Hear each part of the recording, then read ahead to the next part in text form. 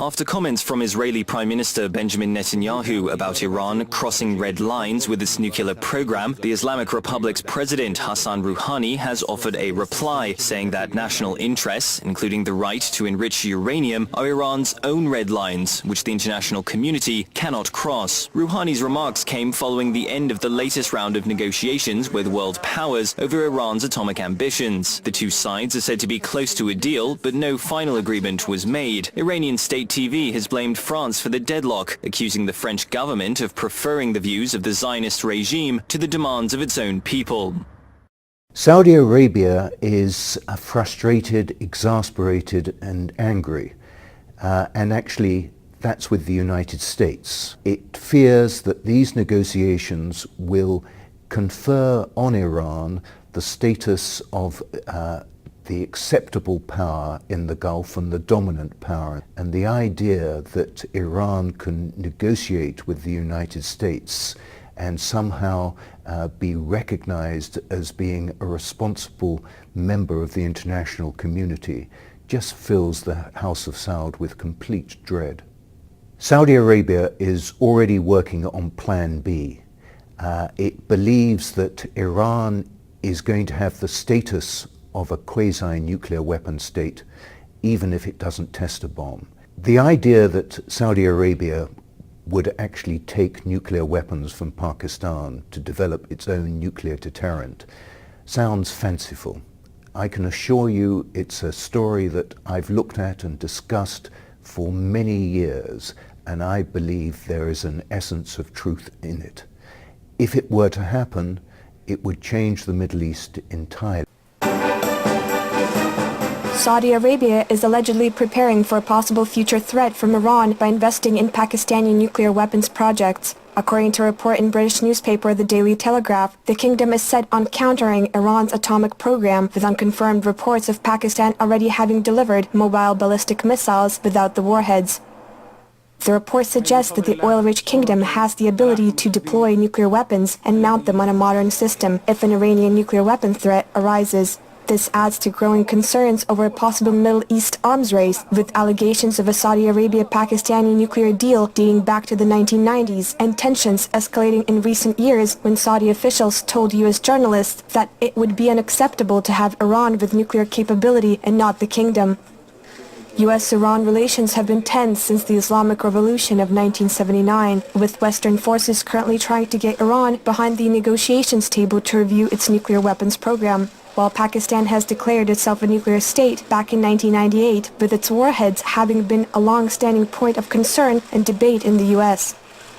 The Pakistani government dismissed the reports as mischievous and baseless. Saudi embassy representatives in London also denied the reports and pointed out that Saudi Kingdom is part of the Nuclear Non-Proliferation Treaty and has been working for a nuclear-free Middle East. Israel is widely believed to be the only nuclear-armed state in the Middle East, but is never officially admitted to the program.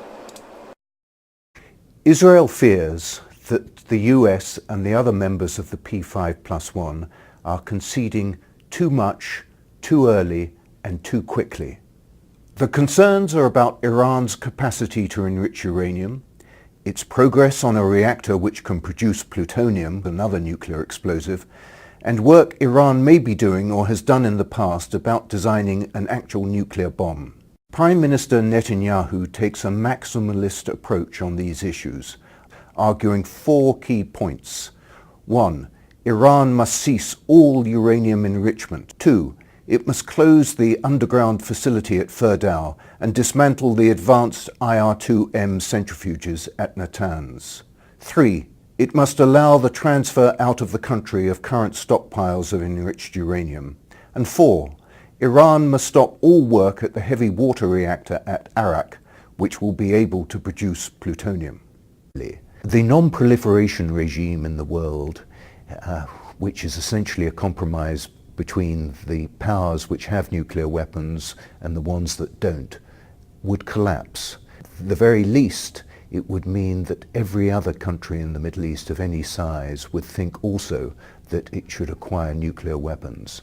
Iraq, Turkey, even some of the smaller Gulf states.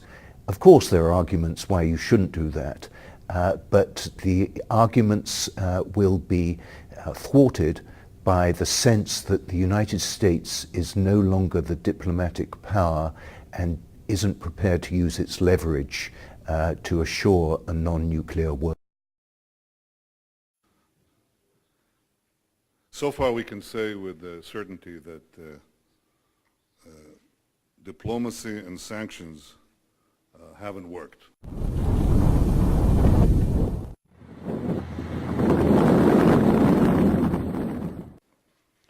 And the fact is that every day that passes, Iran gets closer and closer to nuclear bombs.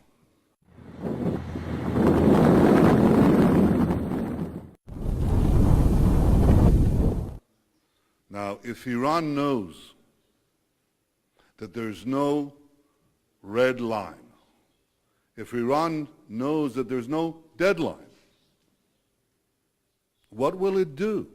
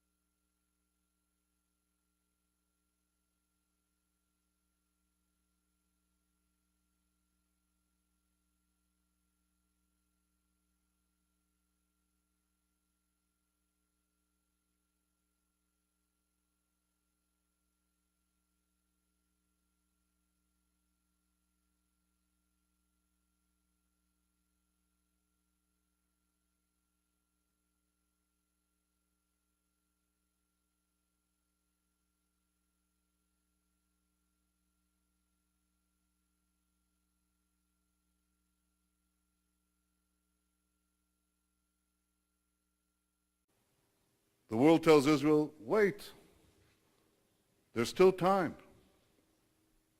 And I say, wait for what?